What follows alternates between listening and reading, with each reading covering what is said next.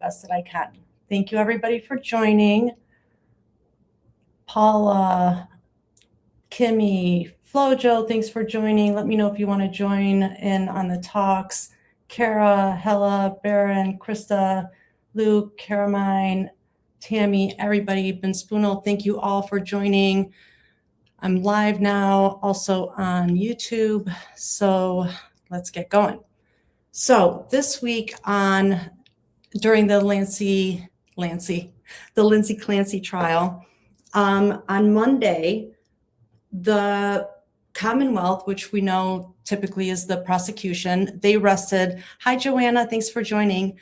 They rested their case. But what happened prior to that? I tried to do a live earlier this week. It kind of flopped, so let's just try to start over. So earlier this week, we had on Monday, they had on the stand Lindsay's mother and sister, and there was a lot of talk about the questions that were asked of them. I went over that earlier this week. I don't have all of that in front of me, but I do know that they revisited the questions with the mother. Again, hey, Joe, thanks for joining. They revisited again the questions with, did Lindsay share in front of you about her thoughts and her feelings about unaliving not only herself, but her children or anybody else in her vicinity? And at this point, her mother said that, yes, she did share this. So that was on Monday. Then on Tuesday, Patrick Clancy's mom was on the stand, and she testified to the fact that at some point, Lindsay wanted to be brought to the emergency room because of all these thoughts that were going on in her mind and how she was feeling. And so Patrick's mom brought her to the emergency room, and then she dropped her off and went skiing for the day. So that's also like talked about how, well, if you cared so much about this person, you dropped them off at the emergency room. Typically, when a person gets dropped off at the emergency room, do they just get to go home with these thoughts in their mind and are able to drive? Or are we to assume that with these things going on in their mind that they're going to be treated with some sort of medication that maybe they shouldn't be driving home? But in this situation, apparently, Lindsay was dropped off at the emergency room and by her mother-in-law. Her mother-in-law went skiing, and she was asked on the stand, did you call for an Uber? Did you arrange for her to get a ride? And the answer was no. Now, for those of us that are just joining and aren't very familiar with exactly what's happened here, I'll go down just like summarize as much as I can. But at the same time, I'm going to try to do this the best that I can, but it's changed so much since even we've been introduced to this case. And I know some of you might be like, really? How's it changed? Well, hear me out on this. So how we are learning about this case is that there's this mother, Lindsay Clancy, and she was experiencing some sort of psychosis. And this is what the trial is kind of about. What exactly was she experiencing? Was it psychosis? Was it postpartum psychosis? Was it postpartum depression? Was it just bipolar 1, bipolar 2? Was it mania? What was going on for these events to occur during this timeline back in 2022, 2023, when these crimes occurred? On January 24th in 2023, allegedly, Lindsay Clancy took the life of all 3 of her children by suffocation, by strangulation. So this is why she's on the stand. This is why there's a trial.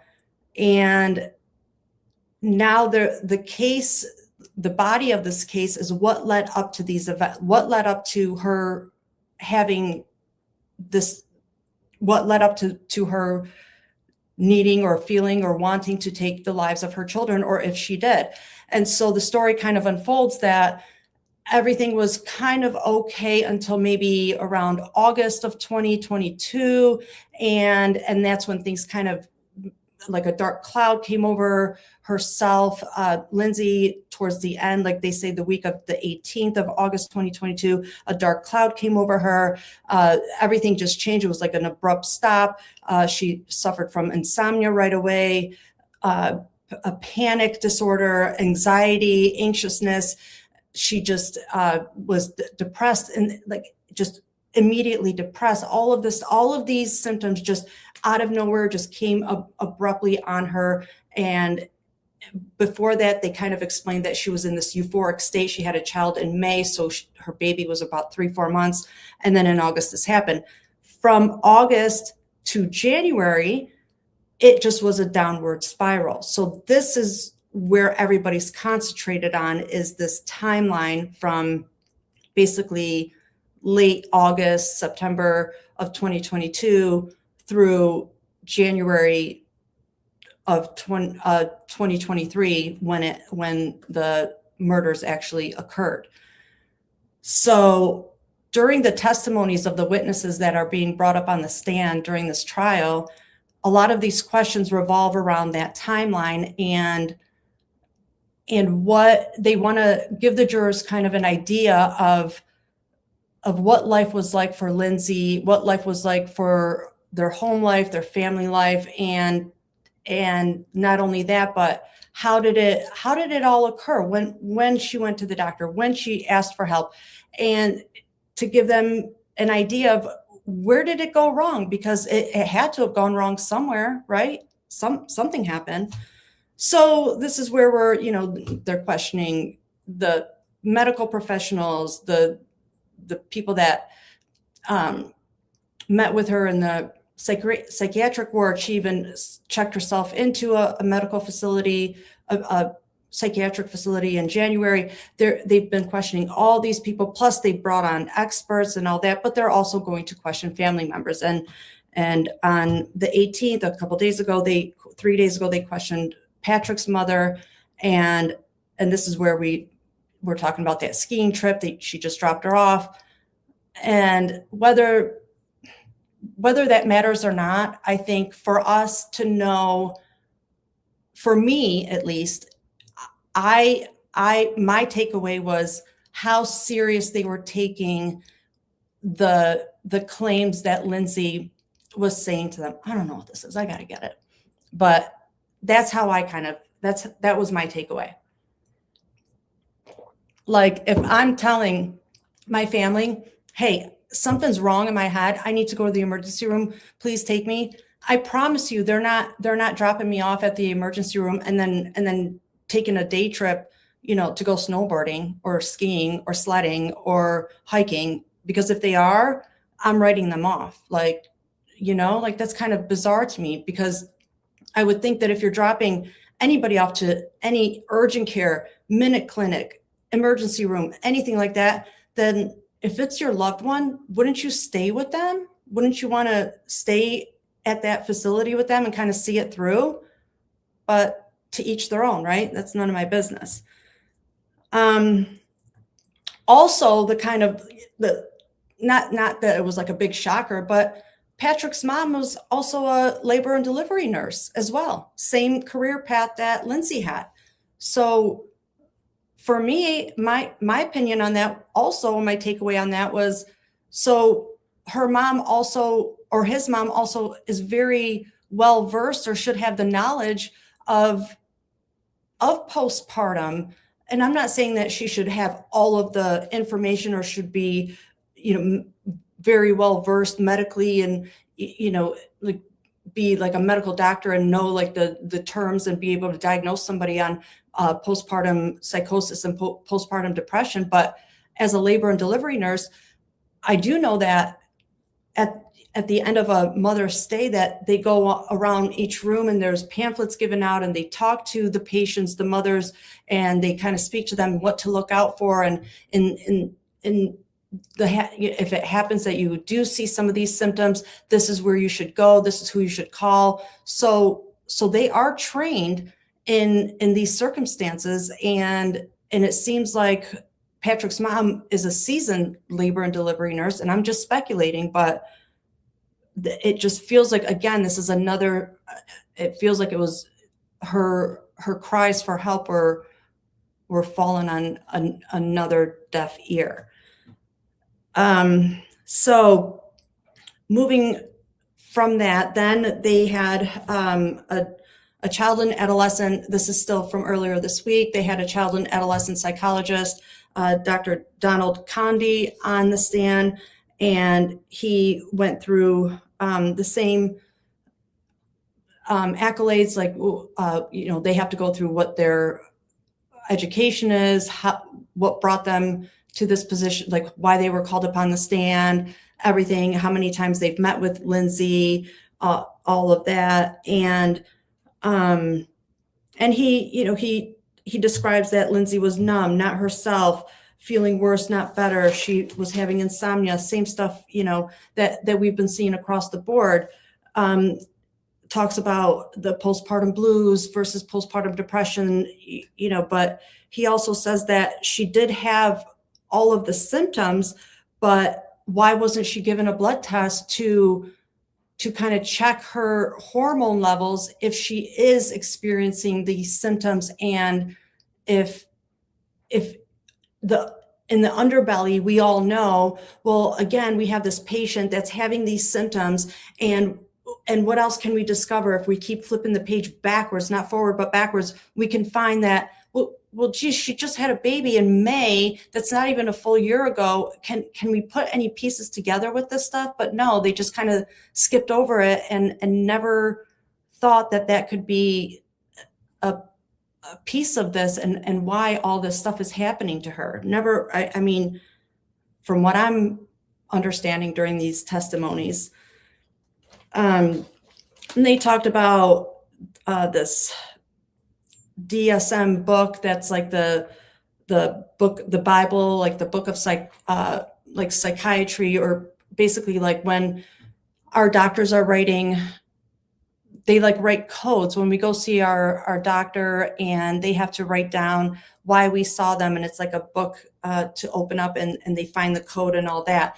And they brought up this book, and he mentioned that the postpartum is not only not mentioned in the first edition, second edition, it's mentioned in the 11th edition, and on only once on page 148 in the 11th edition, and that's it. So again, it's kind of pointing out that even maybe if doctors do want to diagnose women with postpartum psychosis or postpartum depression, maybe they're having a hard time going through this book and finding that that's a diagnosis. And then as they're looking first edition, second edition, and now they're like 9th edition, they're like, well, shit, I guess, well, this other description kind of sounds like it, so I'm just going to go with that because my other patients are waiting. I don't know. Who knows? I mean, we don't know. So, and then they talked about also how Lindsay was scared of sharing her true feelings because these people were mandated reporters. Somebody just asked, Chris New York said, do you have the book? No, I don't have the book. I'm not a medical professional. Do you have the book? I don't have the book. I'm sorry, I don't have the book. I wish I did. I mean, I'm sure I can probably get it somehow, or somebody send it to me. I'd love that. But it also talks about how at some point, Lindsay was apprehensive on the way she would talk about the way she spoke during her sessions, because she was well versed in this field, because she was a labor and delivery nurse, because she does have family members in the same field.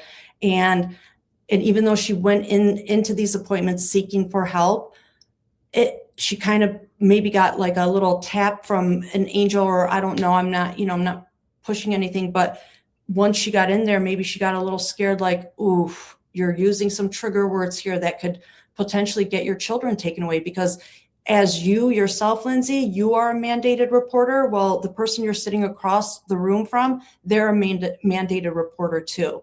So even though you guys are yucking it up and saying, oh yeah, you went to this school, you studied here, and you're a nurse here and this and that. Well, now you're realizing that they took the same oath that you did. And all of a sudden, maybe she got a little nervous and realized, you know what? We're on the same kind of level here, and I got to be careful with what I say because I know what happens next. And maybe she tried to kind of skirt around that, but still want to get to the help that she needed. And like, I hope I'm to try to say that in a different way. Like, you don't have to say everything to get the help that you need. You don't have to you don't have to give the cow to get the milk. Like, you can give maybe just, a portion of it and you can still get the milk. Like, she needed to figure out, and she just couldn't get there because maybe there was so much on her plate, and she was so, as we know, there was already so much on her plate. She was already trying to figure it out. And maybe this is where she kind of, run into roadblocks and didn't know how to get the message across without risking the fact that her children would be taken away. But we don't know that. We don't know. So aside from that, there was another thing that was mentioned during the earlier testimony was that even if somebody's having a psychotic break, like they've explained that Lindsay potentially could have been having, they could still have lucid behaviors. For example, if somebody is having a lucid or a psychotic break and going through these emotions that perhaps Lindsay was going through, for example, like murdering her children, if that's what happened,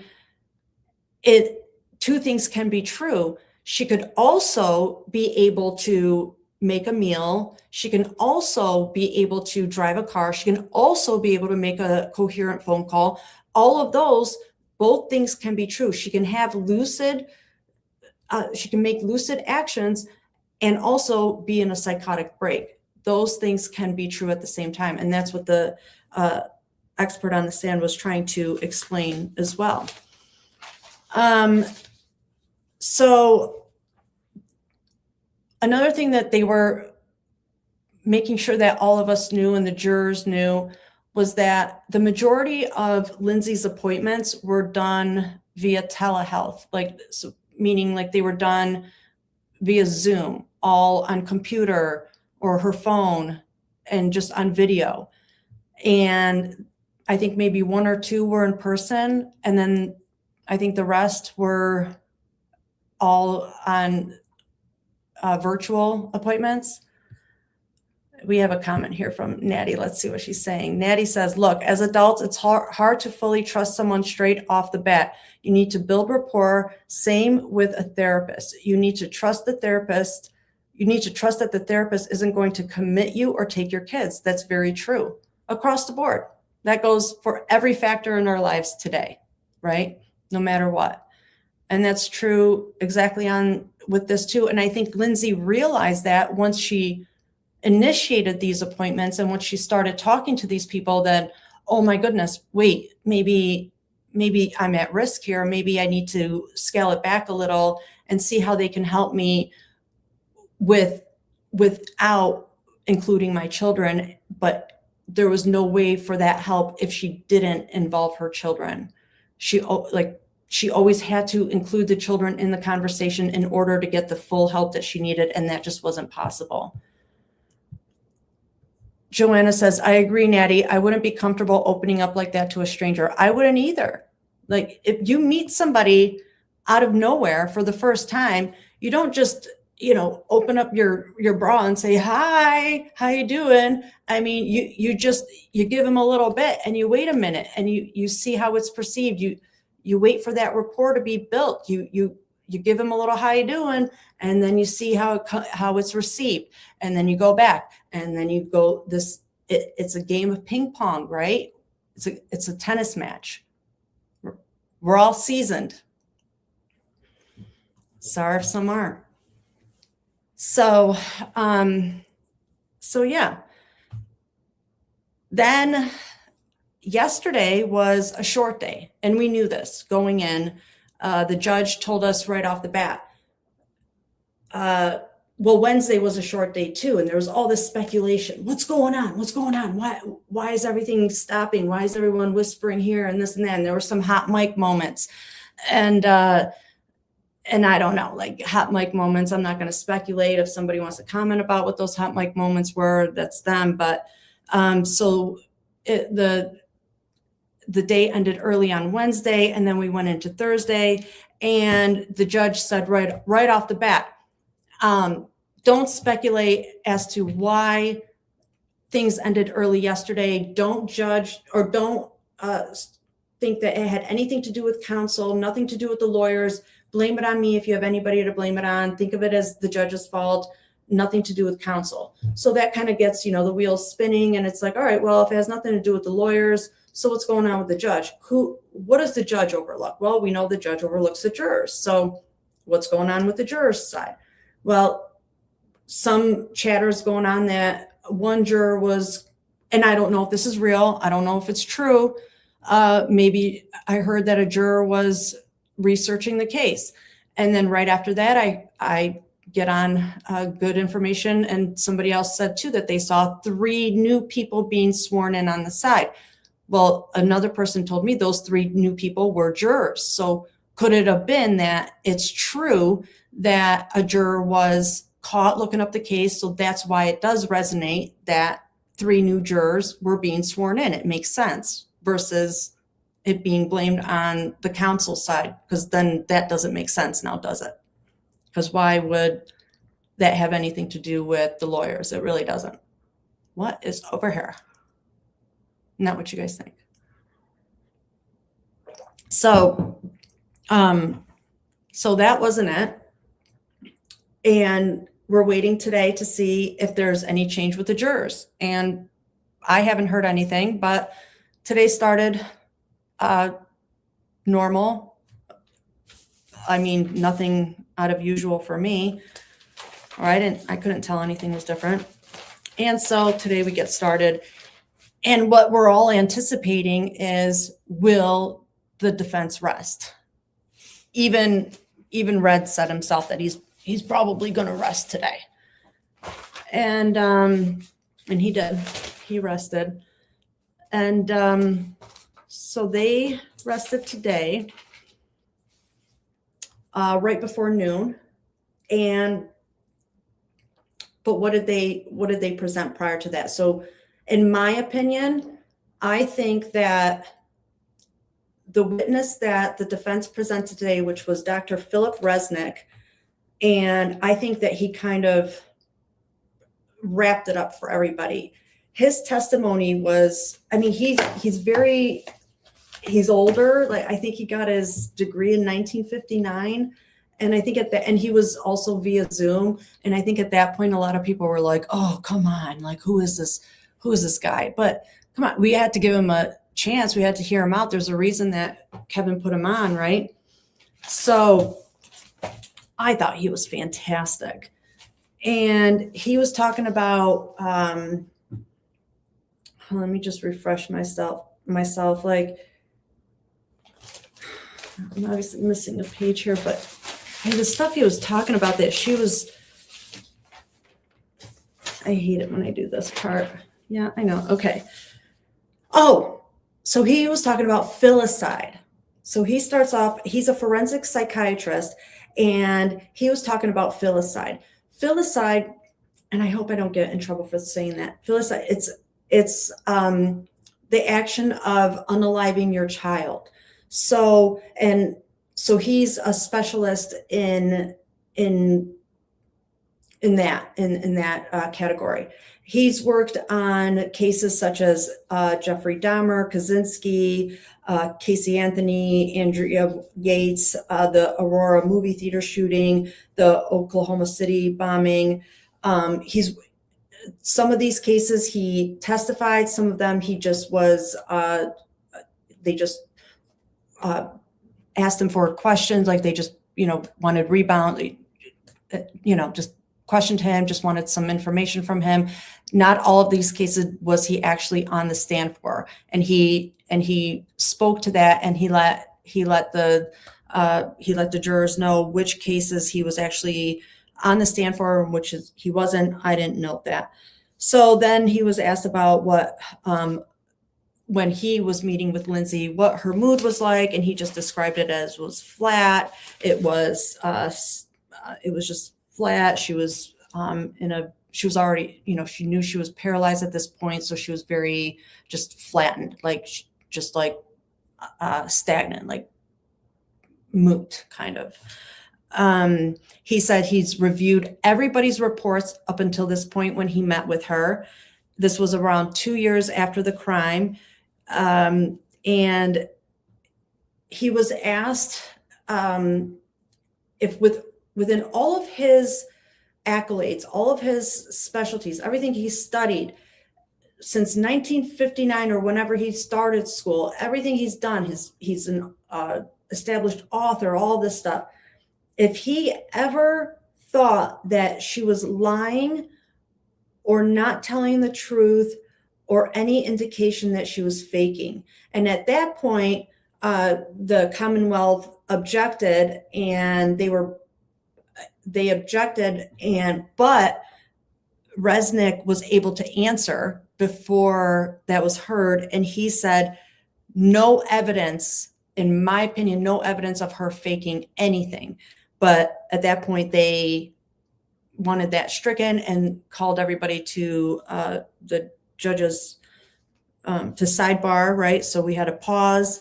And then when they came back, Kevin Reddington had to re-ask the question. And basically he just asked it the same way.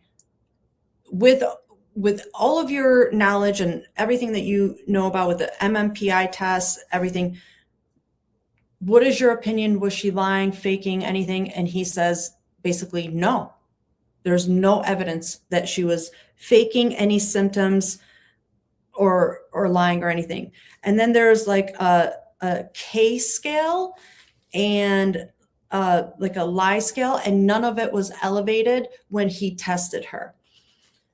He reviewed all of her journals, all of her medications. He knows that she looked up Google searches on her phone on the 23rd and the 24th of certain symptoms of medications and this and that. He knows about all of it. And he still stands by that she's being honest and there's no faking with any of this. And then he was asked, what is your diagnosis of this patient, Lindsay Clancy? And he said that there are 9 symptoms of classification to put her under like this bipolar 2 type, like a manic depression. If I'm understanding this correctly, and if I'm not, then I'm telling you guys that I just didn't understand it correctly. And that she, I think, checked off 3 to 4 of the symptoms to be bipolar 2, and that she's more of a depressant versus more maniac, especially on the day that these crimes happened, and that she suffered from a major mental depressive disease on the day of the crime. And that, yes, he absolutely, while he was meeting with her and having all of his therapeutic sessions with her, that yes, he absolutely considered that she was a candidate for postpartum psychosis and postpartum depression. And it was asked, even though, and I think Kevin Reddington said, even though nobody else across the board considered that, and he said, yeah, I did.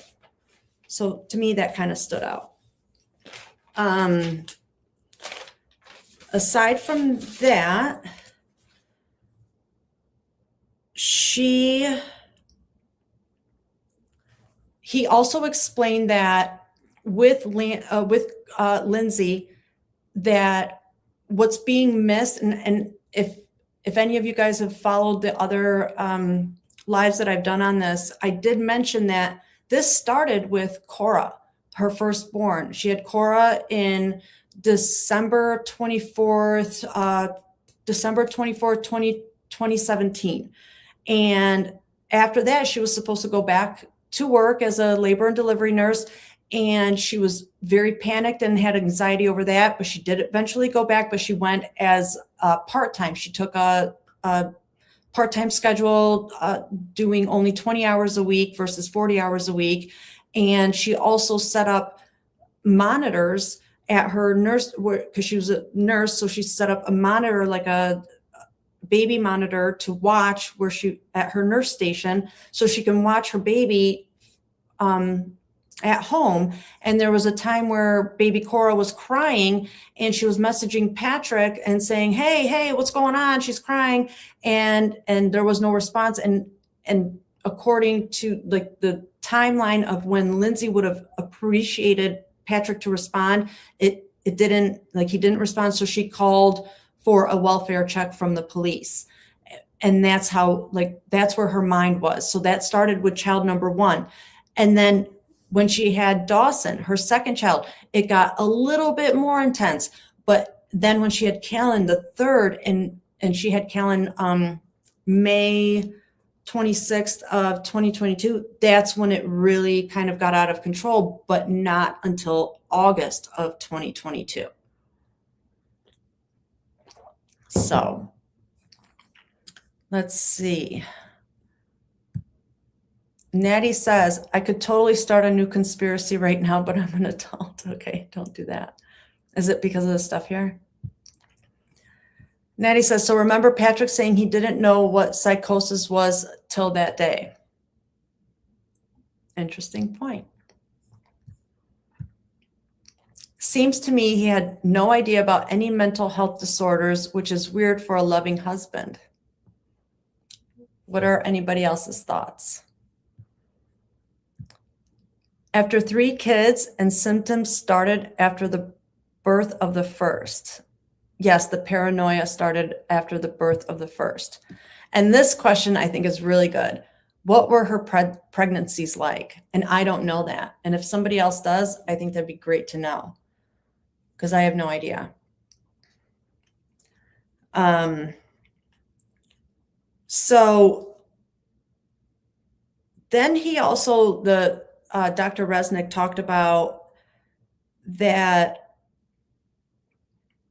the command hallucinations, and this is the voices that she spoke about towards, or that final day, and that they can be benign, or like they could be silent in their mind, in the person's mind, or they could be really loud. And I spoke about this the other day, that there was some instances where Lindsay spoke that she thought these noises were so loud that when she would go to the preschool to pick up Cora or Dawson and the older children, she thought that the daycare workers were going to hear these voices and judge her based on these voices, and they were going to be the ones that call her in and take the children away. So even based on that, that was always something that was in the forefront of her mind, that something that's going on in her mind is going to result in the children being taken away. And I think that's something to always remember, that she was always thinking about the children, and she was always worried about the children. And the last thing she wanted was for them to be taken away. And I don't know. So that's that. Then he spoke about that with these voices, this is where it comes into the legal part, that when you're hearing these voices, this is when you can kind of say, you heard the voice, so that means you're going to lack criminal responsibility because you heard this voice. Or due to her mental disease, we can't convict her of this because the requirements of the law don't allow us to, because she heard a voice. So this is where they try to get into that part of it. And this is where Dr. Resnick was saying, due to the way the law is written for Massachusetts and the requirements, I don't feel that she is responsible because due to her mental disease, she was unable to conform her conduct she was not able to conform her conduct, control her actions, because she was hearing voices. She had no sense of control. She felt that she had to obey this voice. She had to follow command. She had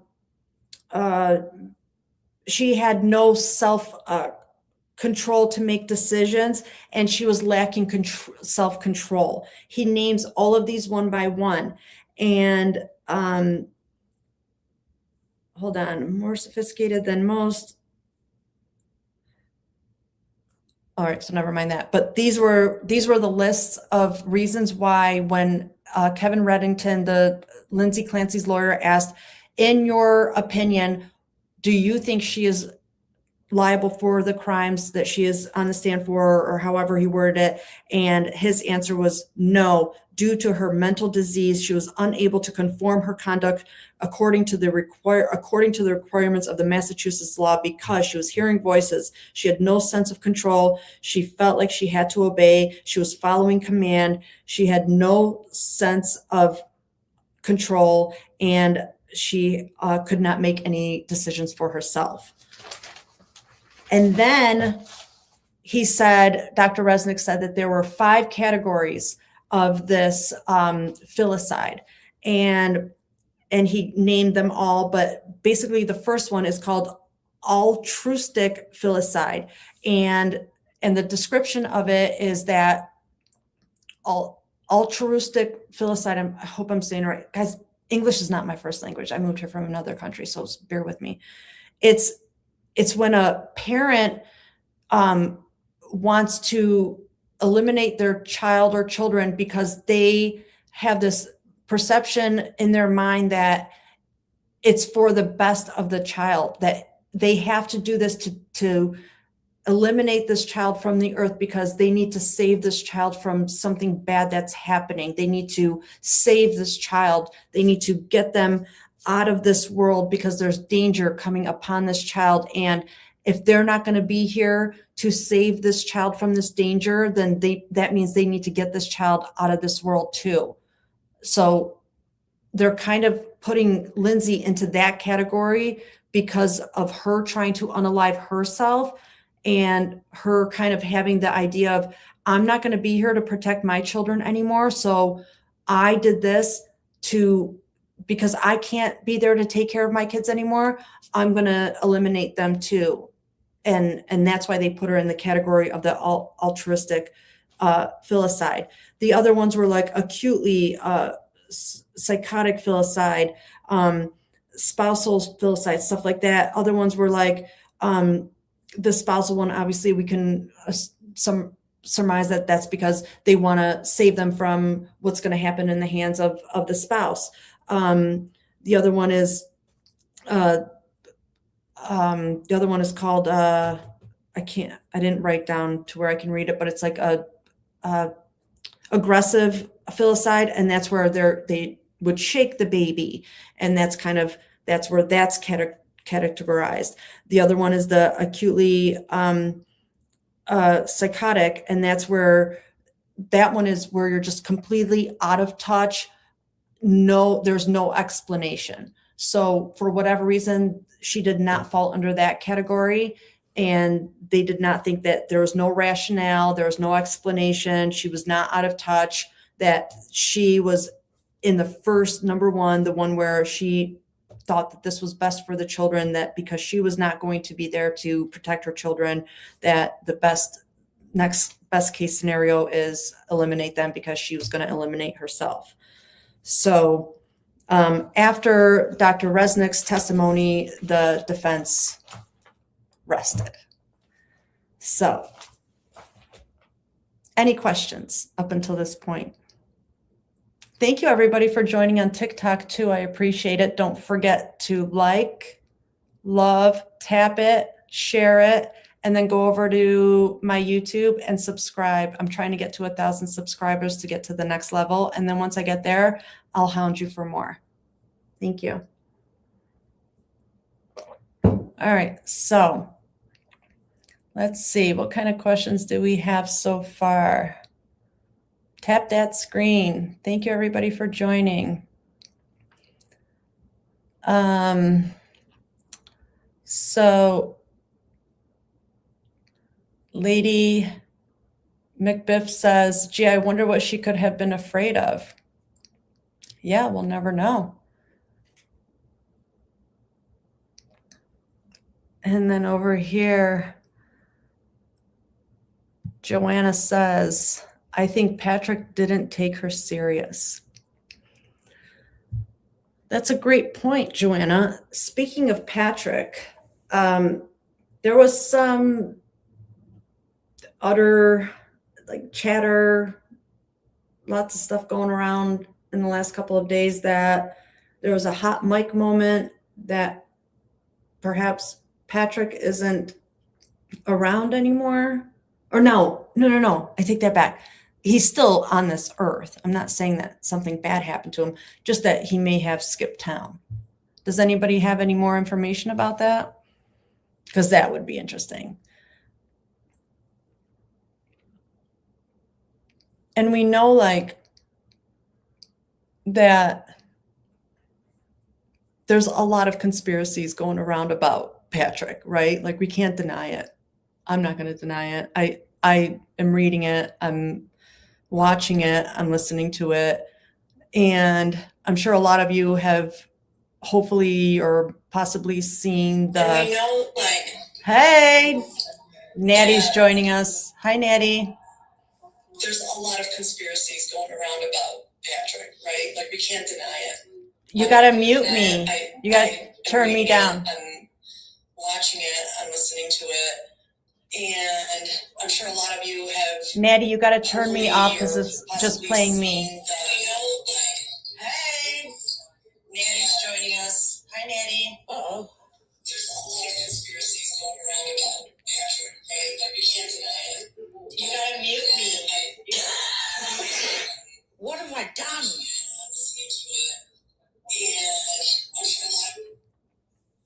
Wait, does that work? And we know, that. No, now I'm just repeating myself again. Oh, goodness. How does that sound? Better. Sorry, I'm late to the party. That's all right. I got sidetracked.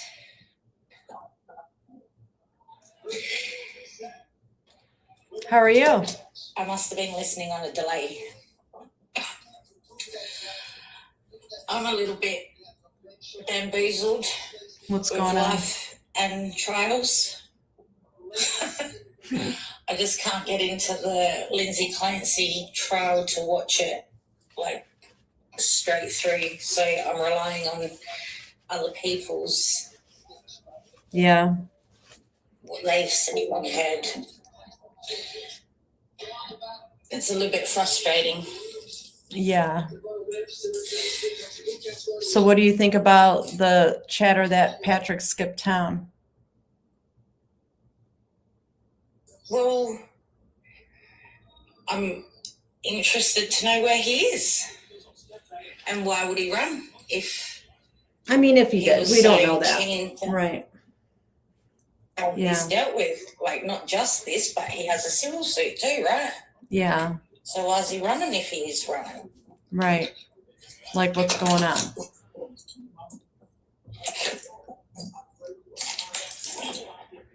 So did you catch any of it today, or do you just want me to start up with what happened today? Or I already went over that part, but then I'll go into after the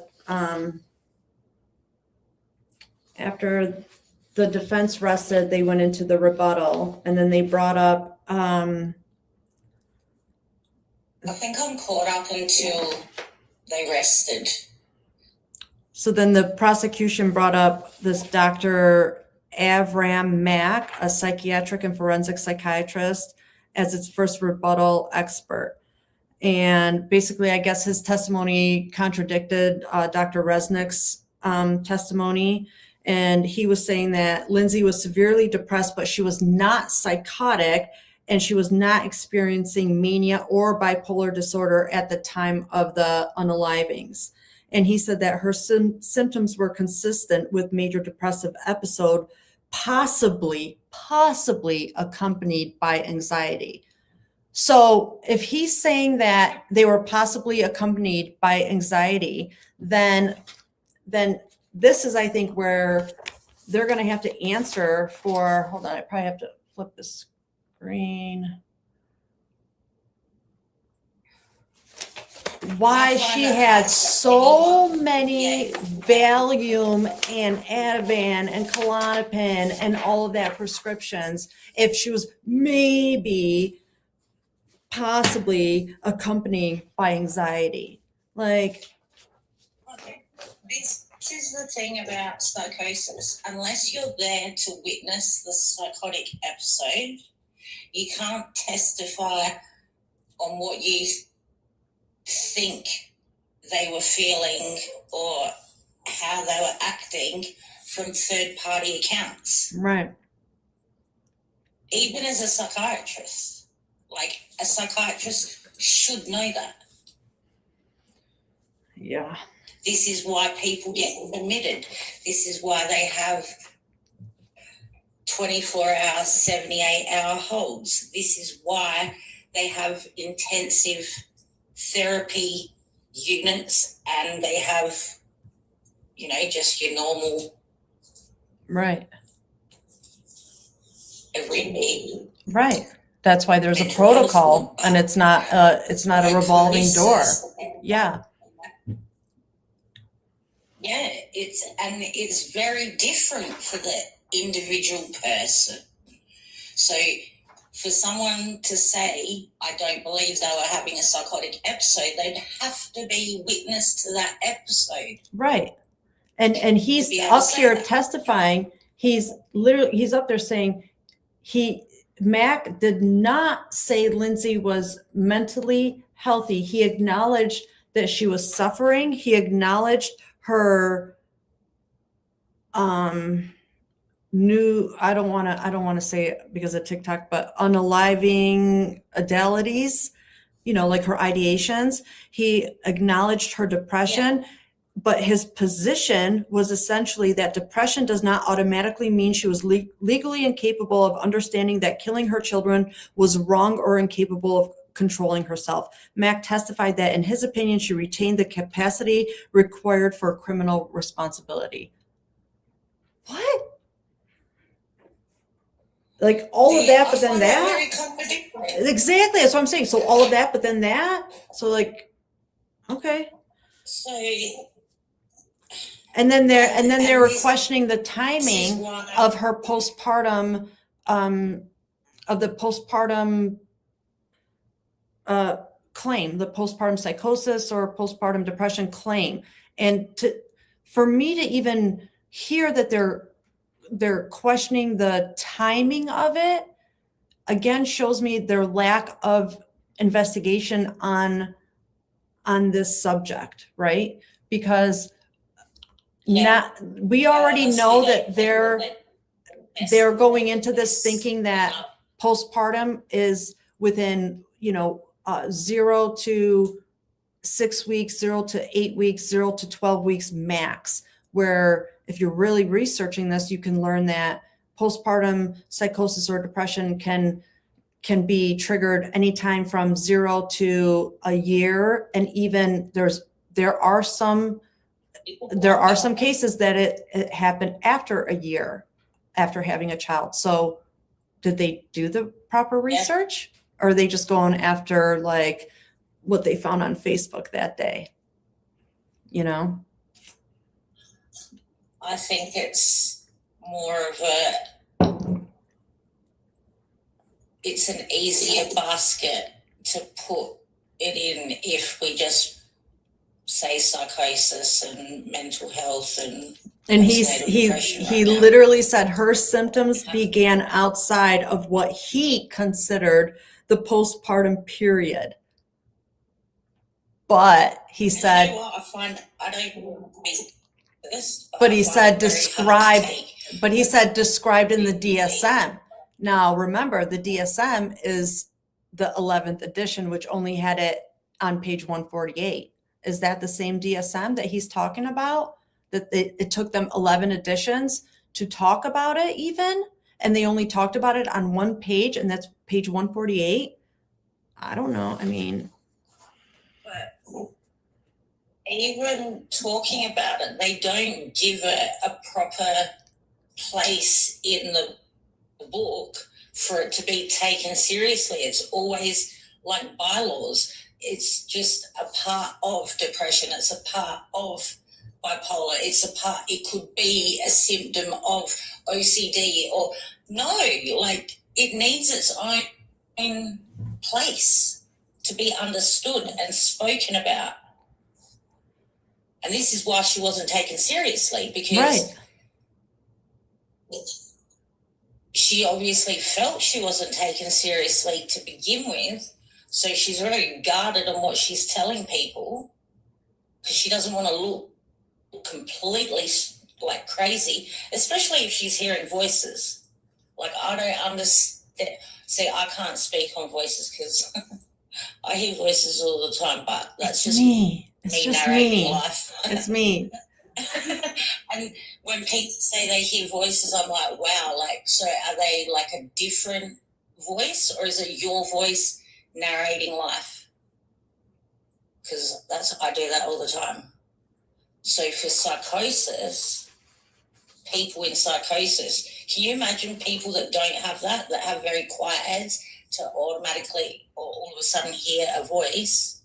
It's confusing. You don't want to tell people, like, dude, I just heard someone say, did you hear that? And someone's going to look at you and go, no, you're right. Like, And then you say, neither did I.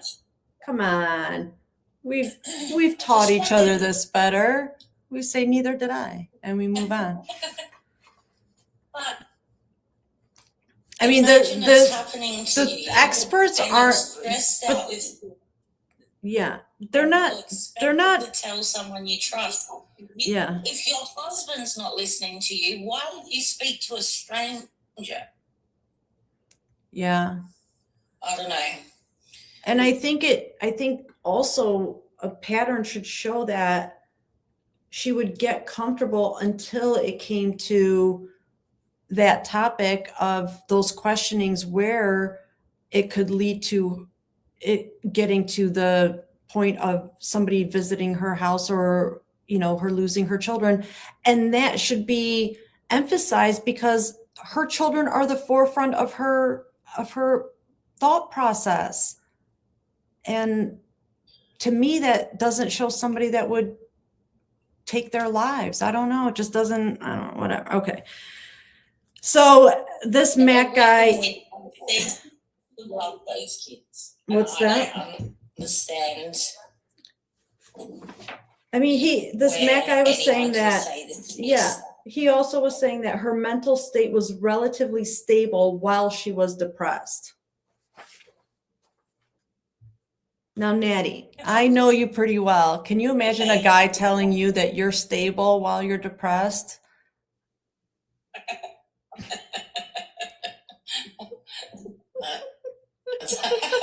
Yeah. The amount. Say it to my face. Say it to my face. No, girl, you're good. Yeah. You're good. Like, tell me I'm good again. I went to Tell me I'm good again. Doctor, and he said, he legit told me that I had to start thinking happy thoughts. Now, if you don't think that my hands moved quicker than my mouth, but thank God I moved towards the door and not towards the face. But I was like, are you serious? Like, how do you tell someone with clinical depression, no, you just need to start thinking happy thoughts? Yeah. Oh, is that it? I didn't know. Is that all it took? Oh, cool, yeah. Well, goddamn. Totally forgot that was an option. Thank you, my guy. And I'm cured. Joanna said, Natty's laugh has me rolling.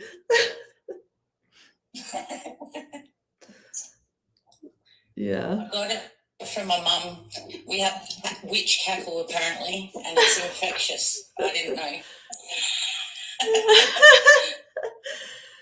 Oh my gosh. So then this Mac guy described what Lindsay actually said about the unalivings.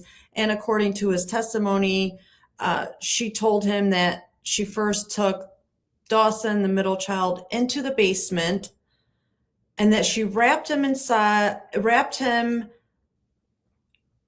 exercise band around his neck, and she told Mac that she told Dawson, go to God. Then she described doing the same thing to Cora and Callan. This was significant because the first time the jurors heard testimony describing what Lindsay reportedly said she was saying to each child as she took their lives.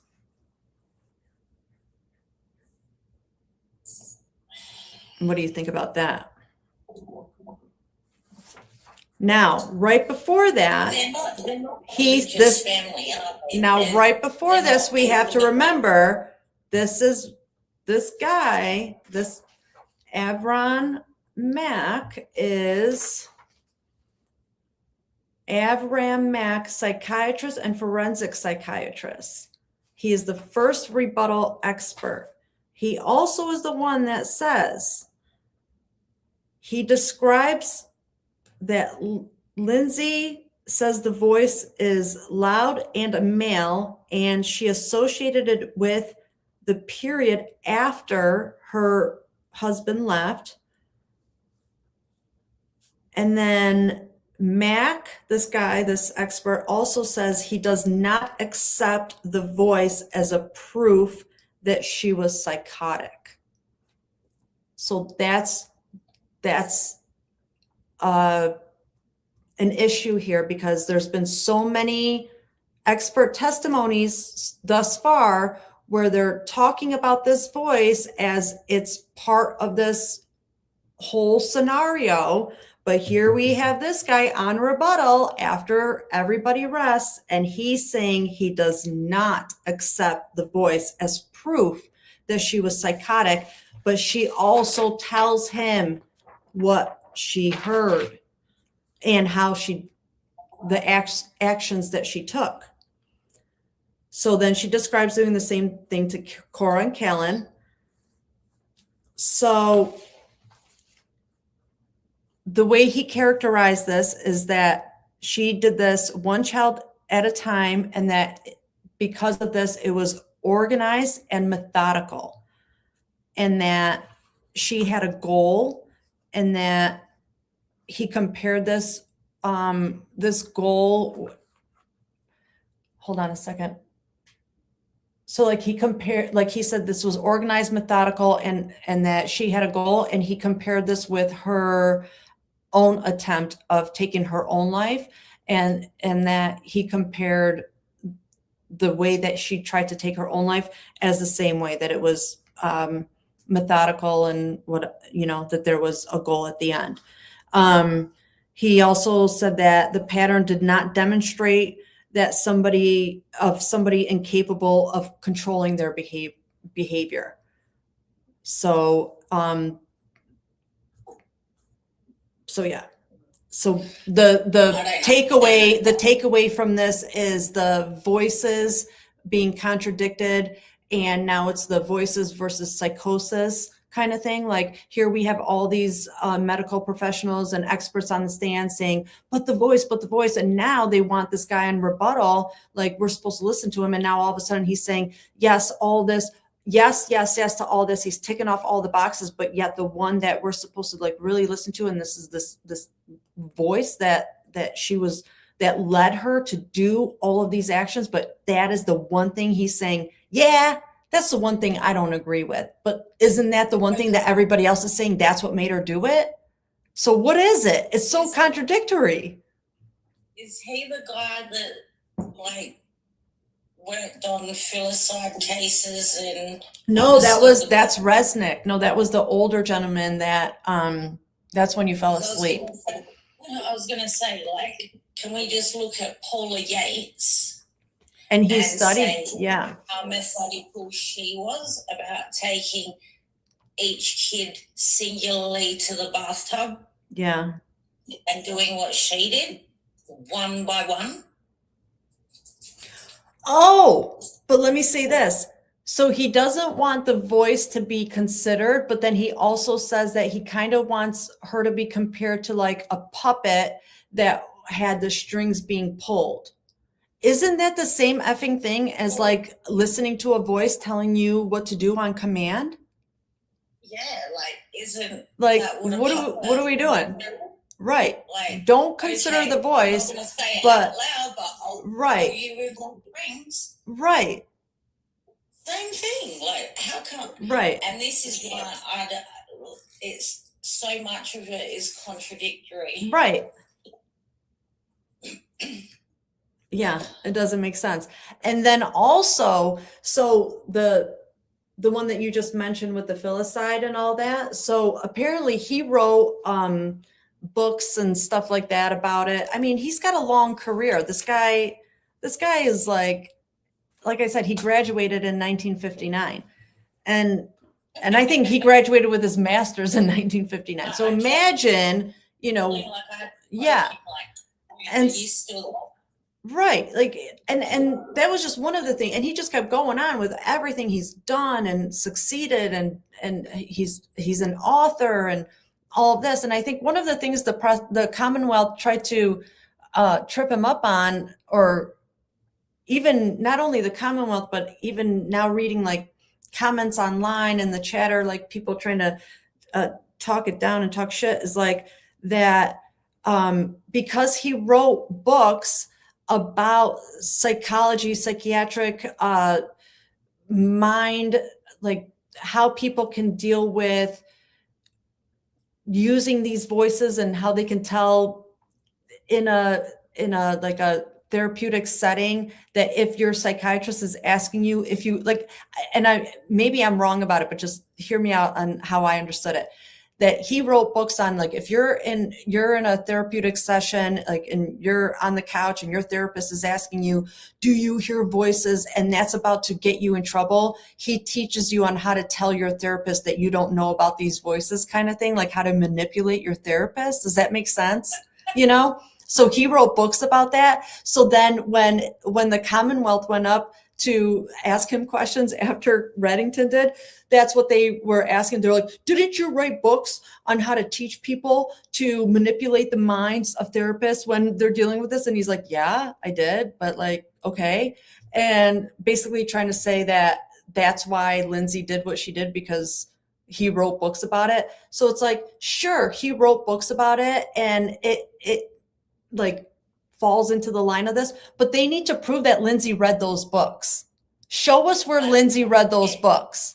Show us where Lindsay had any connection with that person. Are they on his shelf? Is it in her phone? Is it here? Is it there? Like, saying that he wrote those books and now this is happening is just part of psychiatry and law and all that, and why he wrote those books, because he knows that we one day at one point will be in a court of law and this shit will happen, right? Like, the fuck? Well, he's been around long enough to know that it does. Yeah, he has. He's been around longer than I have. Good Lord. But they're saying that it was just, that she knew that because he wrote those books. prove that she read those books, and then we can have a conversation. But up until that point, get out of here with this. Like, well, if she'd read those books, I don't think she would have said to anyone that she heard a voice. right? Exactly. There you Not go. even today. Yeah. Not even to play herself on the stand today. Yeah. I don't know. Like, there's so many. It's the hardest thing to try and like deal with mental health because it's so different for everyone else. We don't know Right. how the brain works. There are no two mental health cases that are the same. There are no two anything that are the same. And Well, they can try. There aren't even twins that are the same. So what are they doing? You know, we can only learn from this and do better, but they're not going And to. that's my problem. Like, we don't know enough about filicide because it's not a very common crime that happens. It's a very rare thing. And that's the other thing. That's a great point too. Another thing that somebody brought up in some groups or something that, and I meant to check all this, I just ran out of time, but what are the statistics on a mother strangling their children? Because they're not high. They're pretty low. And it's not a common method of unaliving for a female, not even a mother, just a female in general. Like if a female, was in an alleyway or whatever, and somebody did it, they're not going to go, oh, I'm going to choke you. For a female in strangulation, they don't coincide. The stats aren't going to show very high, right? What do you think? Knife attacks. Like, women don't generally use a knife for anything unless it's for like a personal unaliving, which obviously she did.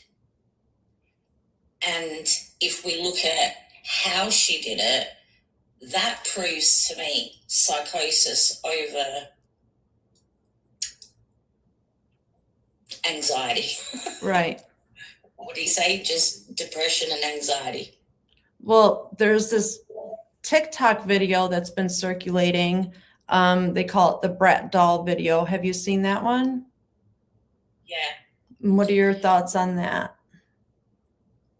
It certainly poses the question as to why the bedroom looks the way it does, especially when you look at the blood on the floor. That's my biggest question.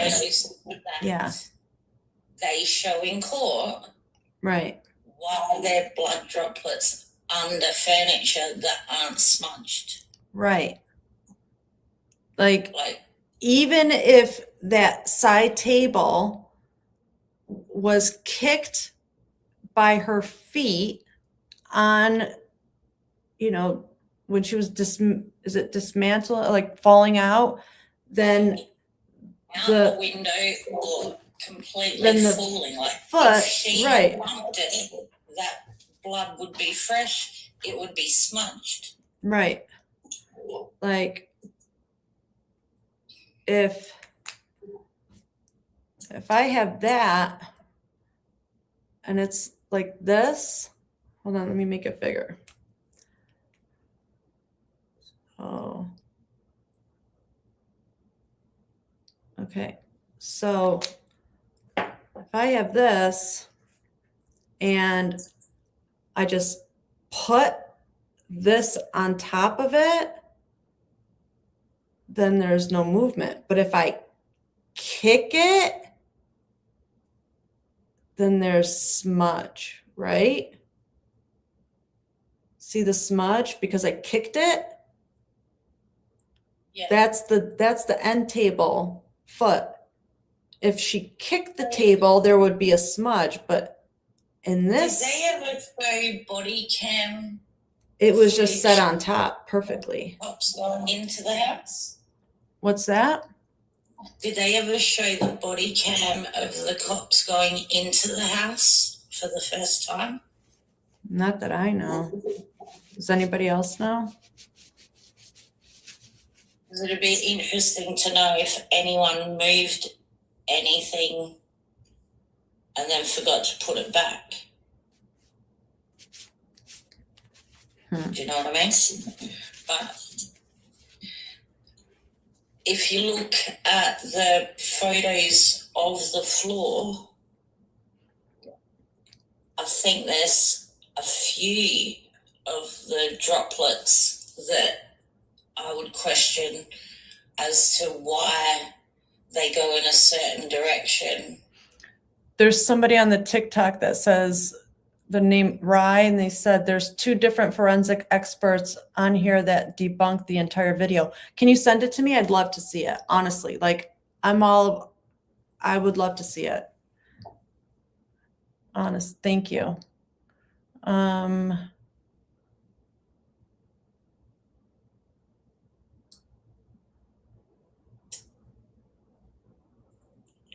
Yeah. What were you saying about the other spots though? The spots behind the bed are interesting to me too. Yeah, like the spots like behind the bed, behind the curtain, Mm-hmm. and the ones at the beginning of the bedroom, like near the bedroom door. Like if she was meaning to do it while she was sitting on the bed and then realised it wasn't happening quick enough when she goes out the window, why is there blood droplets over by the bedroom door? I know. And very still, like they've come off of the knife itself, not off of her. I don't know. I just feel like that crime scene was not investigated in the best possible way because it was just assumed that it was a murder, suicide. What? Our hands be done. But she survived and now has a good lawyer and everyone's asking questions. Shit. Yeah. All right, let's see what else happened today. I also think like the jury is being very confused with a lot of these lines of questionings between the Commonwealth and the defense because they're basically and maybe this is normal, but I've watched a lot of trials. I know you have too, and it just seems so unorganized. Do you feel the same way? I do, and that's probably why I can't follow it because it's a very disorganized way of questioning and a very disorganized way of explaining any of those questions. And if I'm not engaged to understand it in a whole, I'd hate to think what that jury's like thinking every time they walk out of there. Like they must be sitting in that deliberation room going, what the fuck did we just listen to? Oh, I might have something on one of the jurors. Hold on.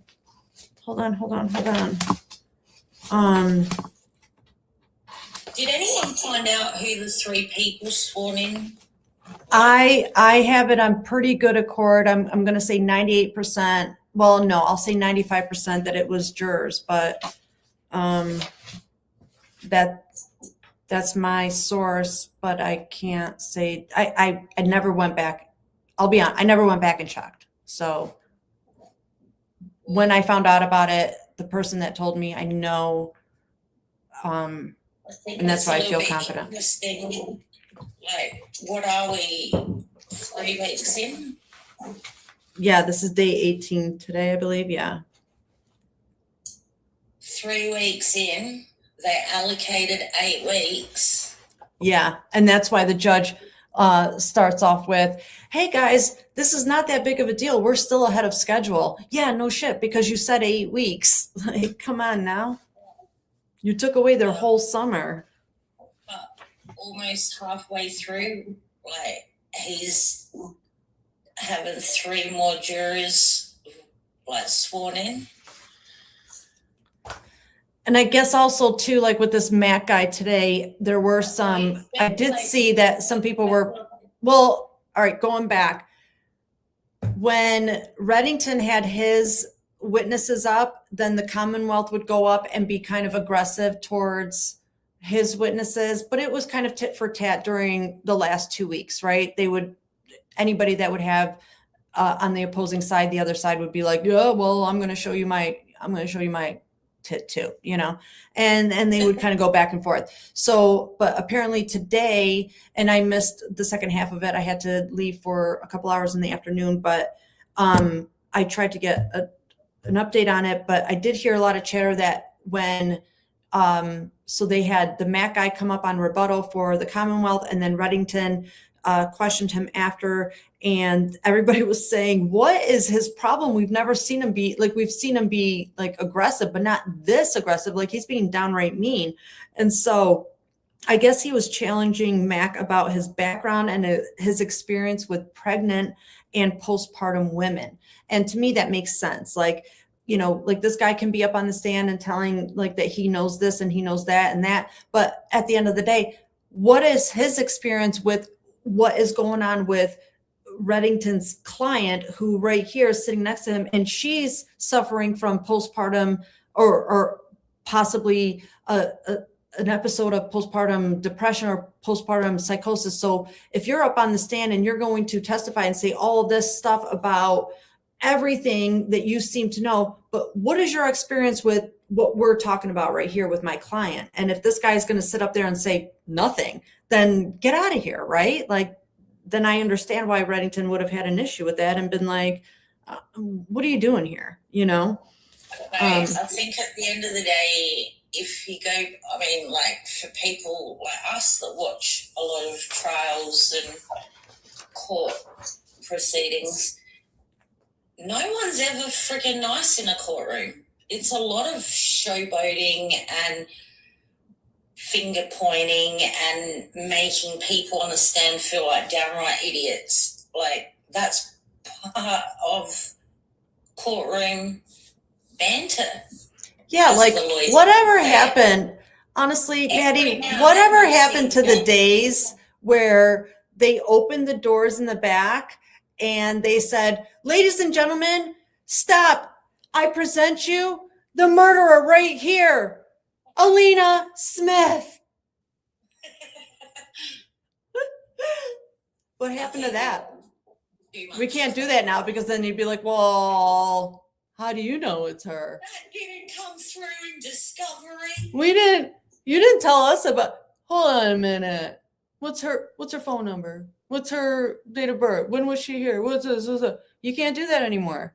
You can't. We can't have those Perry Mason moments now, can we, Natty?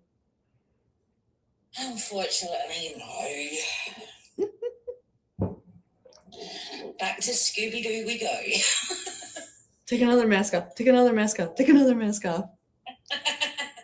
I'm an ape. I'm a gorilla. I'm this. I'm that. Who am I? I'm just a baby girl, and I'm green, and I don't know what I'm doing here. Wah. Anyway, so yeah, I mean, what we're hoping for now at this point is that it's Friday and they're going to go into Monday, Tuesday. I'm thinking Wednesday. Actually, I'm thinking Tuesday afternoon, the jury is going to have this case in their hands, and Wednesday, Thursday, by the latest, we're going to have a decision, but I'm thinking Wednesday afternoon. I'm thinking Wednesday noon, we're going to have a decision. What do you think? How many women are on the jury? I knew you were going to ask me that. One thing I didn't look up. Damn. You know, I think it's even on one of my notes here, look up jurors. I do know that the Commonwealth had 70 witnesses, but I never checked that. Dang it. Maybe my partner in crime will tell me, somebody. How many male and female is on the stand? I think Big Red would have played it smart and made sure that there was a few women. I mean, but should it matter? Or like, I think it should matter if the men are on there, then if it would matter to me if they're married or if they have sisters or like if what their female connections in their lives are like, you know, things are like that. But honestly, I don't know. I also heard that if maybe it was you that told me that if it is not guilty, she just walks, or maybe that there's 40 days or something and then she walks, or not walks. I was reading that if she's found guilty by reason of insanity, then she's almost served out her max psychiatric hold thing that she gets, like the mandatory or whatever it's called. So if she's like not guilty by reason of insanity, she's already served her psychiatric hold. It's so like 12 women, 6 men. That doesn't seem right because 12 women, 6 men. Well, so there was 18 on the jury? Well, then there's no. But how many were present? There's 18, but how many are? Because there's usually 6 on reserve, including alternates. Thank you, Jade. That's from Jade Winarski. Yes. I bet she's Polish. The Polish queen's in the house. So you see, there's still a good mix. I honestly think that she'll get the verdict, the not guilty by reason of insanity. I really do. Yeah. All right. Well, bottom line is everything is rested. I think that this trial gave Lindsay an opportunity to be heard from a different angle, and that maybe there are some events that she didn't remember, and maybe during all of these testimonies it helped her memory get triggered by some things and helped her, and I feel sad for her. I feel sad for Patrick. I feel sad for both of their families and everybody that's involved. We have to remember there are 3 children that lost their lives in a horrific way, and they are the ones that need to be remembered at the end of the day, and not tit for tat on this whole mother, father, spousal, who was right, who was wrong. 3 children lost their lives. I hope this wakes some men up to their wives. Pay attention. I hope so too. I really do. You know, sometimes we don't say it out loud, but we shouldn't have to. But we shouldn't have to. It's their kids too. And that's right. Yeah. Like, right. And you shouldn't be made to feel uncomfortable to like have these discussions either. So we want to put our feet up too. Yeah. So.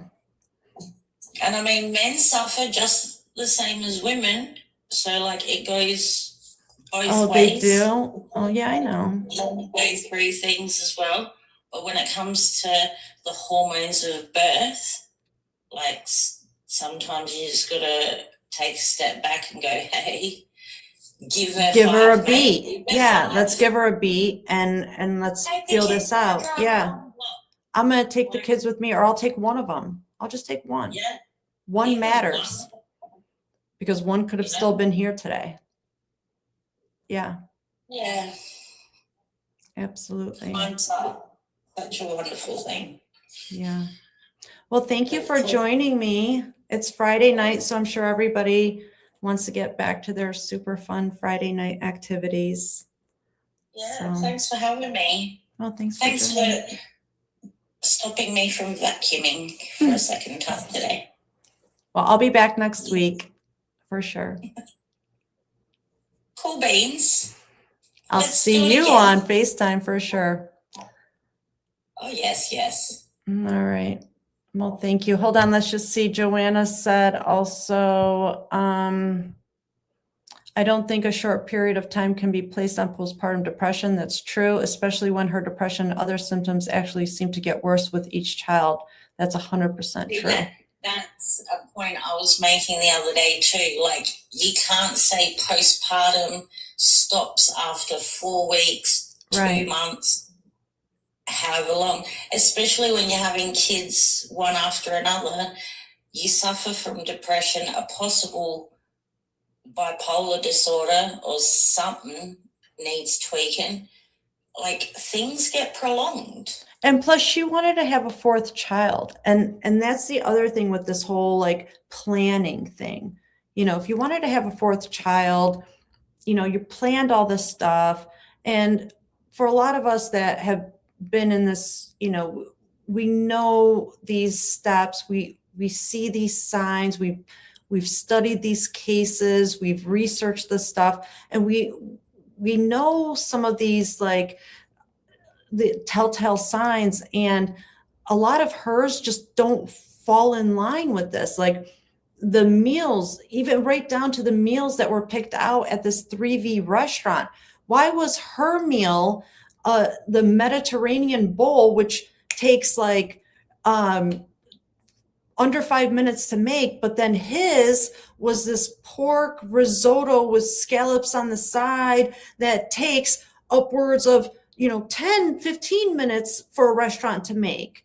Like with all this new information coming out, I am going to be skeptical and be like, why is his meal taking that double the time? And she got the quick one because she's a mom and she's thinking, boom, boom, boom, I just want the fastest thing on the menu. I got to get it in and out. But his is taking longer. Are you still buying time? Like, she got the Mediterranean bowl. Like, she's trying to look good. For why? You do look good. Well, obviously she doesn't feel good for some reason. And who's making her feel like that? Who would make you feel the crappiest? That's right. That's right. And 3 months, 4 months, 5 months, 6 months after having a baby, and you have 3? Bro, I got 3 kids, and I'll tell you what, if I was ever meant to feel bad after that, I would be on trial. I would be the one. I would be asking you to make a group for me. Okay. Yeah. Yep. I don't know. I just feel bad that she was made to feel a certain way. And when you have not the strongest mental health about anything, like, it's yourself that suffers the most, your self-esteem. Yeah. And when you have poor self-esteem, you do a lot of out of character things. Did you ever read his statement after this happened? Like Patrick's statement about what he wrote about his children, about Everything? No. All right, I'll read that and then I'll finish it up. All right. Me. Ah. All right. Okay, so here's a statement, and then after this, I'm done. Thank you all for your love and support. The warmth I've received from the community is palpable, and your generosity gives me hope that I can focus on some sort of healing. I've seen all of your messages and contributions. Hey guys, don't forget, English is not my first language. Stop making fun of me. I've seen all of your messages and contributions, including some from people I haven't seen in over a decade and many I've never met. I see and appreciate every one of you. A lot of people have said they can't imagine, and they're right. There's absolutely nothing that can prepare you. The shock and pain is excruciating and relentless. I'm constantly reminded of them, and with the little sleep I get, I dream about them on repeat. Any parent knows it's impossible to understand how much you will love your kids until you have them. The same goes for understanding the devastation of losing them. Cora, Dawson, and Callan were the essence of my life, and I'm completely lost without them. My family was the best thing that ever happened to me. I took so much pride in being Lindsay's husband and a dad to Cora, Dawson, and Callan. Why didn't he just say and them right there too? And them. And I took so much pride in being Lindsay's husband and a dad to them. I always reminded myself that each day with them this is truly his words. I always reminded myself that each day with them was a new gift. Callan usually woke up first and would rest his head on my shoulder for a few minutes as he adjusted to morning. Dawson typically sang or spoke his thoughts out loud for a while before we'd go to get him. Cora was a big girl and would simply walk downstairs. I can still vividly picture her coming into the living room each morning with her hair in a mess, smile on her face. We always started our days together, reading books, cuddling up on the couch, and playing with magnet tiles. I loved taking them places, whether it was scooting at Chandler Elementary, vacationing, skiing, out on the boat, or to Duxbury Beach, one of our favorite places on earth. They gave me purpose, and I never took it for granted. There is now a massive void where that purpose once was. Cora had an infectious laugh, and it was stunningly beautiful. She was the cautious one, but it was really because she was so caring. She used to say she wanted to be a doctor and a mama when she grew up, and she would practice by giving Callan checkups. If she was leaving the house to go somewhere, she would pick up someone to take care of Caroline and Charlotte, her baby dolls. She had all of the doll accessories available, so her sitters were well equipped. Before she turned 2, she was already wrapping them in perfect swaddles. I just got to pause on that part right there because that's why. That's it. We would tell her she's such a good little mama. She loved all babies, both real and pretend. She loved sloths, unicorns, tea parties, going to lunch with Nana and Grandpa, and giving presents to people. She knew everything about princesses, her favorite being Sophia the First. She truly loved her brothers and us, and said it often in her sweet voice. We did a lot of father-daughter activities together, like skiing and visiting San Francisco, or just talking. I loved her, my firstborn, so much. Dawson had beautiful, bold brown eyes that beamed with friendship. He was naturally humorous and generous beyond the norm of a typical toddler, always willing to share his toys with others. For all of the love he received, he always gave back more. His best quality was his pure kindness. He loved trucks, tractors, dinosaurs, Paw Patrol, worker guys, and being outside. He was adventurous and mischievous and enjoyed causing trouble, which he typically found hilarious. He would also remarkably, or he was also remarkably smart. We always said if we didn't save enough for retirement, it'll be okay. We'll just live in Dawson's guest house. He would hug me tighter than most adults, and every night he told me in consistent words at bedtime without fail, "Good night, Dada, I love you." We had a special bond from day one. He was my buddy, my first boy, and truly a gift. Next, Callan. Callan was our easygoing child. I always said it. I said it because he was the third child. He had to adapt, and he did it easily. He was born with hardly any fuss and was by far our best sleeper. Does everybody remember Lindsay's journals about sleeping? He was just an incredibly happy and vibrant baby, constantly smiling. Our nickname for him was Happy Callan. He was sitting on his own, and you could tell he was enjoying his growing independence as he would grab any object within reach. Sometimes he joined my Microsoft calls in the background, playing in his jumpy. I would keep my camera on, too proud to leave it off. He started saying Dada whenever I walked in the room. The last moment we had together was our routine. I would come up from my office at the end of the day and swing him between my legs while he laughed and smiled. If I was ever having a bad day, Callan always knew how to heal me. Perhaps that's why he held on a little bit longer to spare me whatever pain he could. As excruciating as it was, I was fortunate and grateful to feel his warmth until his very last moment.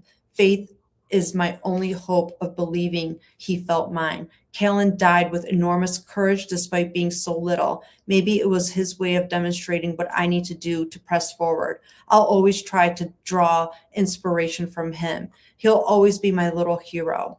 I want to share some thoughts about Lindsay. She's recently been portrayed largely by people who have never met her and never knew who the real Lindsay was. Our marriage was wonderful and diametrically, I don't know that word, grew stronger as her condition rapidly worsened.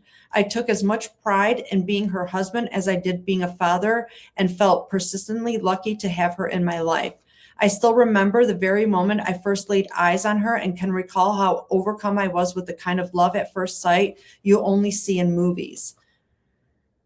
It really didn't take long before I was certain I wanted to marry her. We said, "I love you" to each other multiple times daily as if it were a reflex. We habitually started every morning with a passionate hug, yielding a sigh of relief like we had each received the perfect medicine. If too much time passed without a hug, she'd look at me and ask, "Did you forget?" We mutually understood the reality that people can have bad days, but we stuck to the rule that when one of us get lost, the other one always is there to bring them back home, always. She loved being a nurse, but nothing matched her intense love for our kids and dedication to being a mother. It was all she ever wanted. Her passion taught me how to be a better father. I want to ask all of you to find it deep within yourselves to forgive Lindsay as I have. The real Lindsay was generously loving and caring towards everyone, me, our kids, family, friends, and her patients. The very fibers of her soul are loving. All I wish for her now is that she can somehow find peace. I promise I'll put all of my energy into healing and rediscovering my purpose. I owe that to all of you, Duxbury Fire and Police, our compassionate healthcare workers, our local faith leaders, the Microsoft community, and especially Cora, Dawson, and Callan. I don't know how or when I'll be able to do it, but your love and generosity will help me get started. I know that love always wins. Cora, Dawson, and Callan, you have gave me so much in your short time here. I don't know if the pain will ever go away, but I do know, but I'll do my best to carry on in your honor. Dada loves you so much and will always remember you. With love and endless gratitude.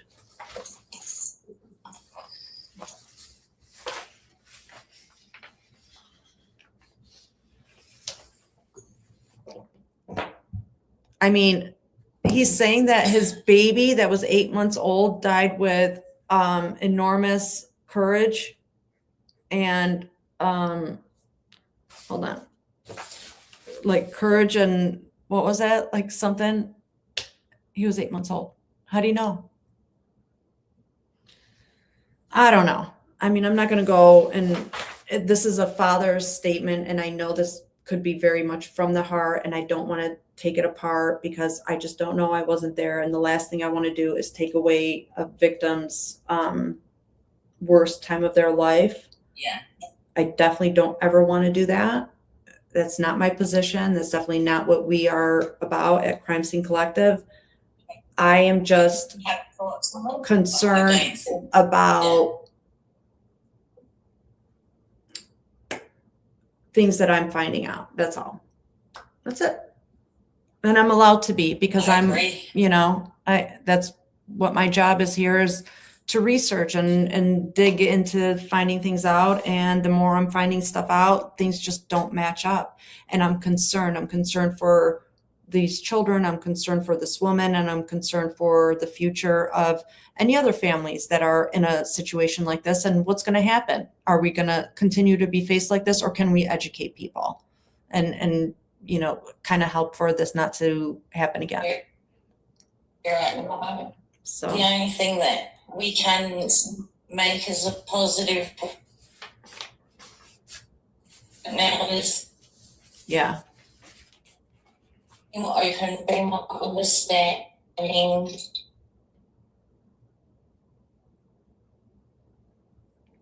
Don't be scared to ask questions. we can't hear you at all. But I'm going to end now because it's late. It's almost 2 hours in, and it's Friday. It's almost 11 o'clock. So thank you, everybody, for joining, and have a great weekend. And I'll see you guys all next week. So good night and thank you. Bye.